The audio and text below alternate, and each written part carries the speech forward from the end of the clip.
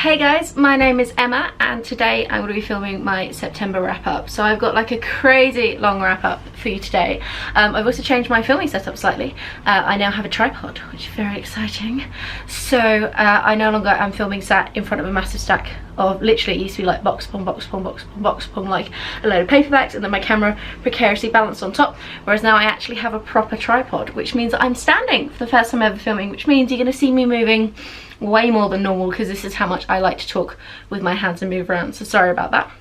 I've got a crazy long wrap up for you today. I had a phenomenal reading month in September, so I'm going to try and get through these as quickly as I can. Also, apologies if I'm a little bit out of breath in places, and for the big snuggly scarf, I'm still ill. Filmed my band bookathon wrap up yesterday, like literally in bed in pyjamas. I'm feeling well enough today to try and stand, but seriously, I'm not actually very healthy, so we're going to see just how well we can do with this. In the month of September, I read 16 books, which is pretty crazy, and one of them was audiobook. The rest were either physical or a mix of the two. The first book I read was Crossbones by Jane Johnson. This is a fantastic tale on the high seas. It's a historical fiction where a woman from Cornwall gets kidnapped by a bunch of pirates and taken to Morocco to be sold as a slave. And mixed in with this plot is also a woman who is in modern day who finds this girl's diary. But what makes it really interesting is the diary is actually written on some embroidery pattern, like note work. And the recurring theme between the two female characters is they are both very into needlework and embroidery and fabric as a form of artwork. I do actually do my own embroidery. At some point I might show you guys on my channel. If you do follow me on Instagram, I have a couple of photos of my work on there. So this really was cool, mainly because of that aspect. It was a really fun tale, proper rip-roaring adventure on the high seas. I've also used it to tick off Morocco in my book world tour, so I never heard of this book before, like picked up really cheap in a charity shop, but it was freaking wicked. I'd totally recommend it if you like historical fiction. The next book I read was The Immortalists by Chloe Benjamin, and this was on my autumn TBR. I'll link it down below if you haven't seen that video already. This follows the tale of 4 siblings who go to a gypsy woman when they are children to find out the day that they are all going to die.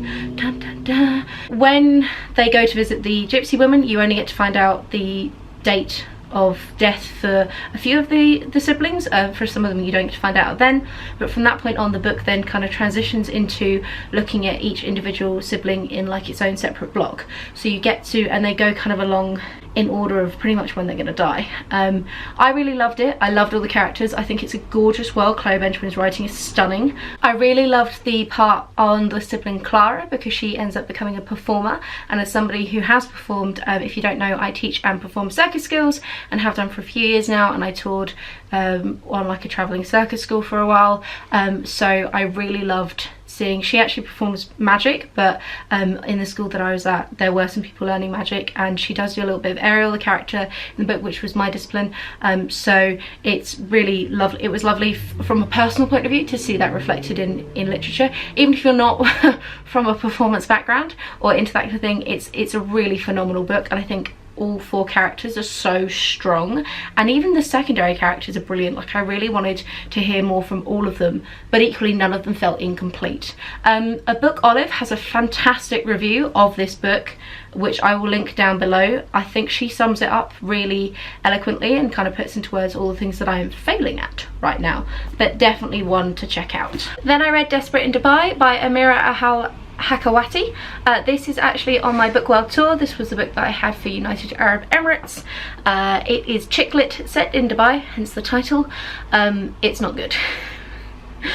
That's very uncharitable. This apparently was a blog originally that has now been condensed down and like made into book form, and you can so tell that when you're reading it. It follows 4 women in Dubai and their experiences, but there's a lot of repetition because in blog form it's like that serialization kind of idea. You're having to continually remind people of what's happened before. There's a crazy amount of detail about like the clothes that they buy and the makeup that they wear and all these things that, again, in blog form where you've got the space to sort of ramble on a bit, it's totally fine, whereas in book form this should have been edited to at least half the size.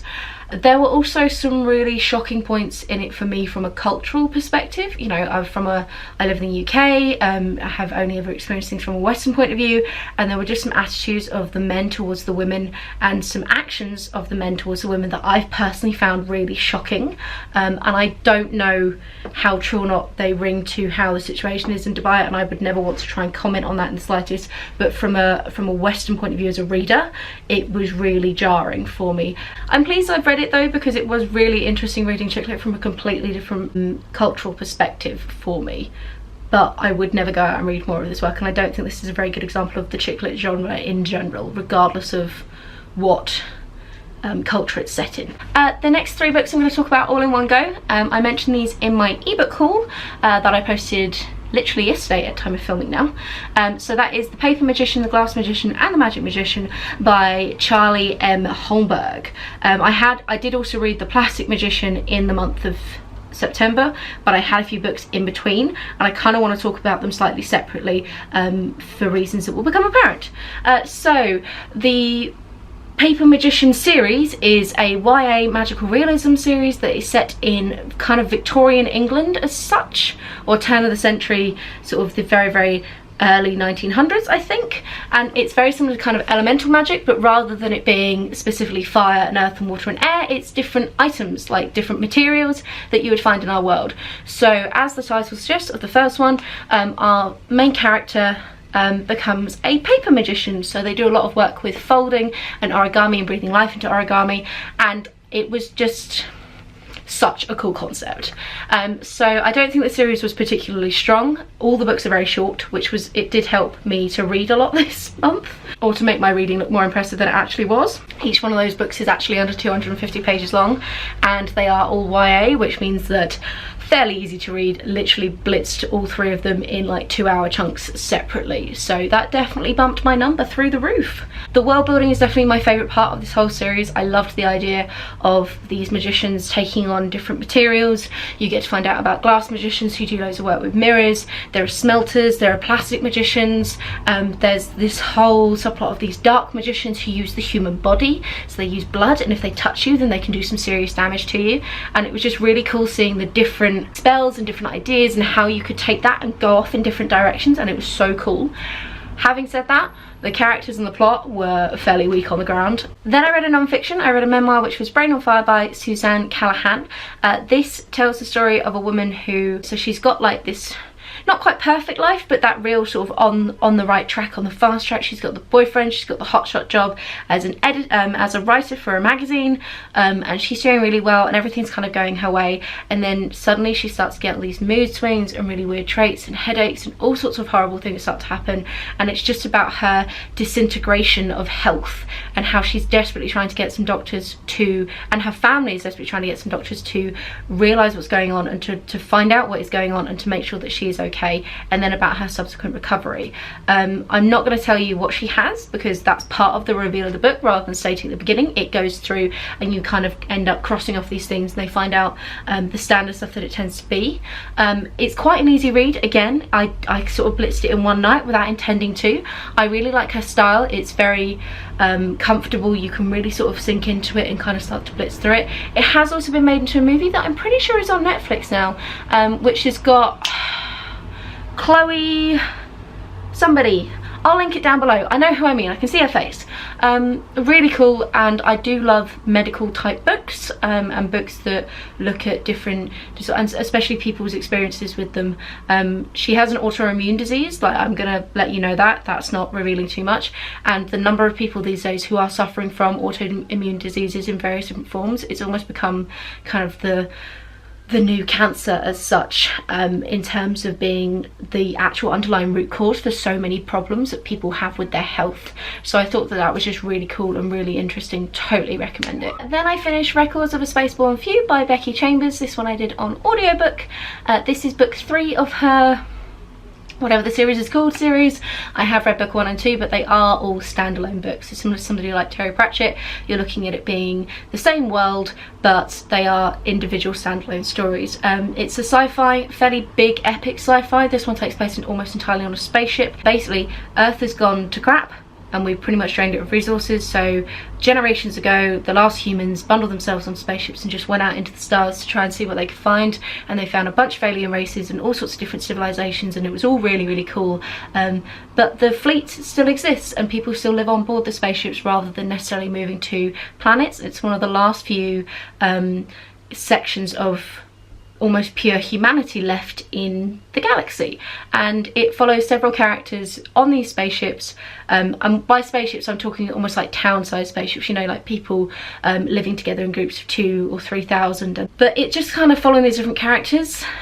It's a slow burner, you do have to persist with it, and I think for me it was even slower because of the audiobook format.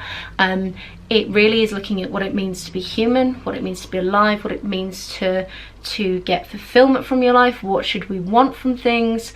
I think it wraps itself up really nicely at the end, but I do think it is probably the weakest one of all 3 books. I love book 2 the most. Then I read another non-fiction. I read Soccernomics by Simon Kuper and Stefan Szymanski.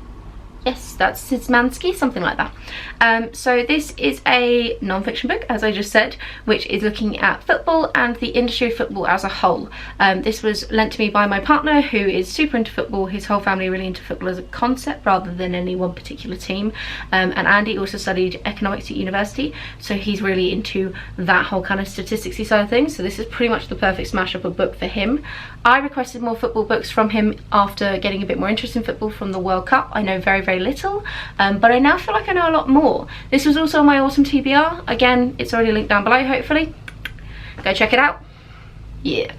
I don't know what that was. So this looks at all sorts of different preconceived notions about football, and you know, when you get things like people saying, that team's rubbish, I could manage them better, and like, could you genuinely, how much does a manager actually impact on the club? You know, oh, England should do better in the World Cup, why are we always constantly underperforming? But do we like my football hooligan voice? I feel like it's quite stereotypical actually, oops. But genuinely, do we underperform, or are we actually pulling our weight quite well? You know, what makes a good football team, what doesn't? You know, are penalties inherently unfair? All these kind of different ideas. It's really, really cool. Totally check it out if you're into just numbers and you don't need to know much about either statistics or football, because I don't. Like total schmuck here for both of those topics to be able to enjoy this. Then I finished KL Noir Blue, which is a collection of short stories all from Malaysia. Now I started this back in June, and June or July time, and I finally finished it in September. This is also for my book world tour. It ticks off Malaysia, hence the countries and short stories, all that jazz. I did not like this very much at all. This is the first short story collection I've read maybe ever. Definitely the only short story collection I think I've read where it hasn't been for school. I'm trying to get into more short story collections. I know so many people rave about them. My dad loves short story collections. I've got quite a few on my TBR reads now, and this was the first one to kind of take on. I don't think this was a very good example of the genre. It's noir, so it's kind of trying to do all of those sort of noir film stereotypes and archetypes and all that jazz. I don't think any of them were particularly strong.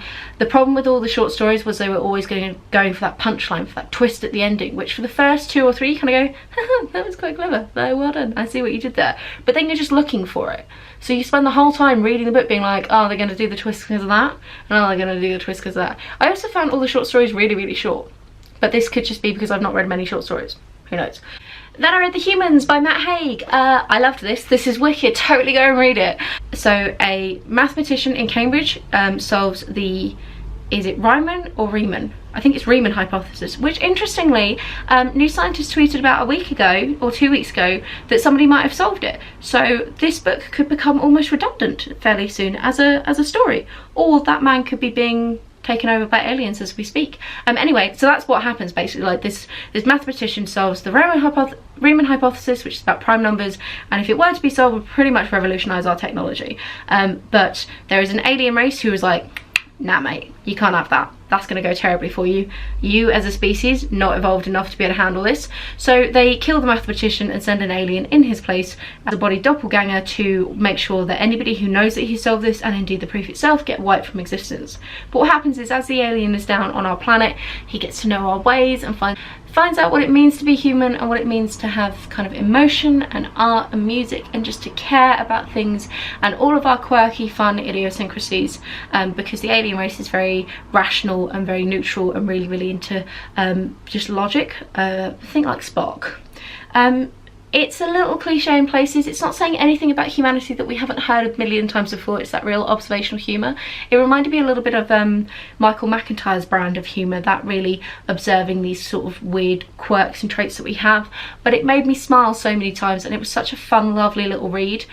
And then the final book I'm actually going to talk about in this video is The Plastic Magician by Charlie M. Holmberg. So I spoke earlier at the Paper, Glass and Master Magician, which is like basically the way that Charlie Holmberg has worked his series is you've got 3 books as one sort of coherent trilogy, and then based within that world we're now taking off a 4th and going with some different characters. So this is Ava, I think is her name, and she is learning to be a plastic magician, and it's just reintroducing that whole world again but going off in a slightly different style, and it's really lovely because it means that you get to see more of the world.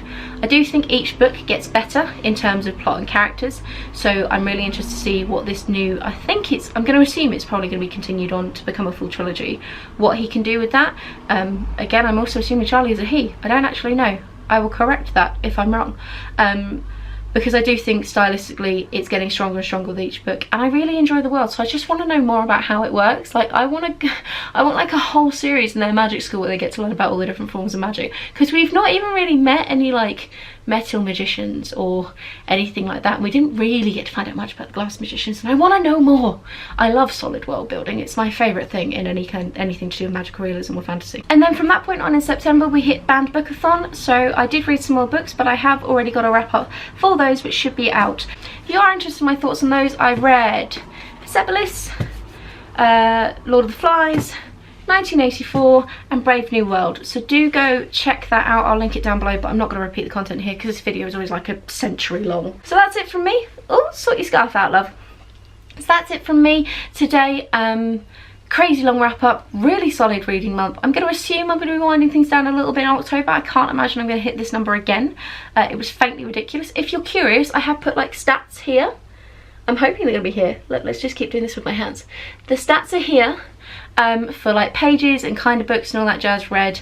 I really have been focusing on my reading this month, and I can't imagine that's going to continue because there are some other things. I've got an exam at the end of October. I'm supposed to be applying for jobs right now and I haven't really been doing it. So being ill has definitely helped to bump up my numbers, and so did the genre and style of some of these books that made them super easy reads, and just the length. I think my average reading length was significantly shorter on this. I'll check that. I'll make sure that's in there as well, so you'll see it here as well. So that's it from me. Have a great week. Love you all. Keep reading, all that jazz. And goodbye.